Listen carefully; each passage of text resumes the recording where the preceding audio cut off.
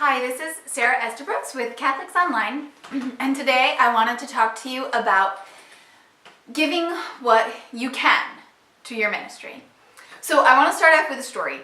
My husband goes off to work for the day, and when he comes home, I generally like to have a dinner ready for him and cooked and hot and ready to serve up and eat. And this isn't something that he asked me to do or anything. This is more like a self-imposed expectation.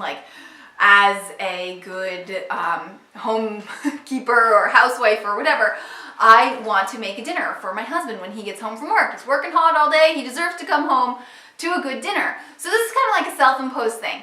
But sometimes, and it gets crazy, and I don't always get a dinner made. So there was this one particular time this winter when I was in a crazy season of life. I had all these things going on my blog and on the Catholics Online website, and I was just overwhelmed with things to do. So one particular day I spent all day getting caught up on the chores in the household, sweeping and doing the laundry, and the day just flew by, and all of a sudden 5:30 comes around and my husband's coming home and I don't have a dinner ready.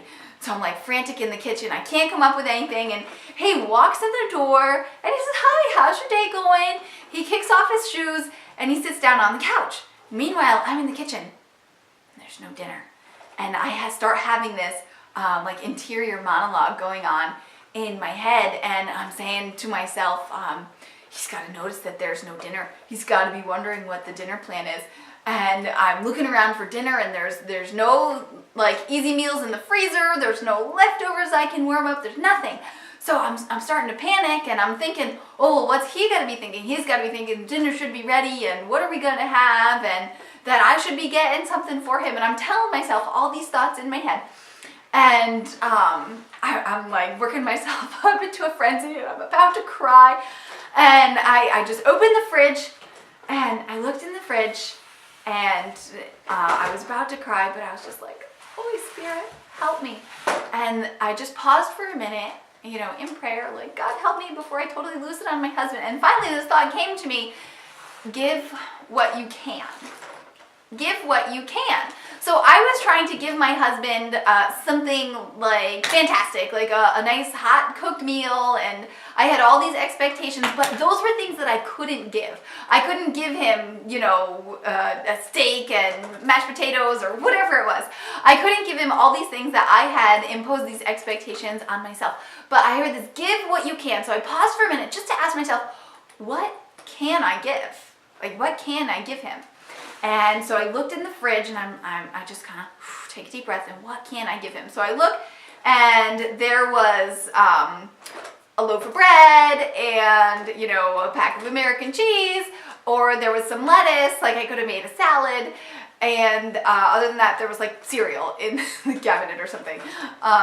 So I said, okay, well, these are things that I can give. I could make a grilled cheese right now, or I could make him a salad, or he can eat some cereal or whatever. So I took a deep breath, and before, letting my frustration out on my husband, I just took a deep breath, and then I came into the living room. I said to him, "Hey, I'm sorry I didn't make dinner, but here are some options. I can either make you a grilled cheese, or I can make you a salad, or you could get yourself a bowl of cereal, or, you can find something for dinner. But this is what I can give." And he said, "Oh, yeah, well, I ate a big lunch, and grilled cheese sounds great to me right now." And so I did. I whipped up grilled cheese for the whole family, and I felt better, and he had something to eat. And everyone was happy, and it was all good. But it was this lesson that I took away from that, give what you can. I think sometimes we put these expectations, these big expectations on ourselves about what we should be doing, and then we overwhelm ourselves when we can't do what we think it is we should be doing. So in my family, I'm starting to adopt this give what you can, and really looking at, before I place these major expectations, what is it I can give? And then giving that. And then the same thing in my ministry. We can't do all the social media channels. We can't be all over Twitter and Facebook and Pinterest and Instagram and I don't know, whatever else there is. We can't do everything. And maybe you can't write 3 new blog posts a week. Or maybe you can't put out 5 new products a month. I don't know what it is. I don't know what it is, but if we set these expectations that are more than we can do, we'll end up burning ourselves out, and we'll end up being resentful towards our readers and towards our customers, and we'll end up being resentful to ourselves, and we'll be resentful of our ministry. So in order to keep our ministry fulfilling and working for us and working for those who it serves, we have to keep in mind, what can you give?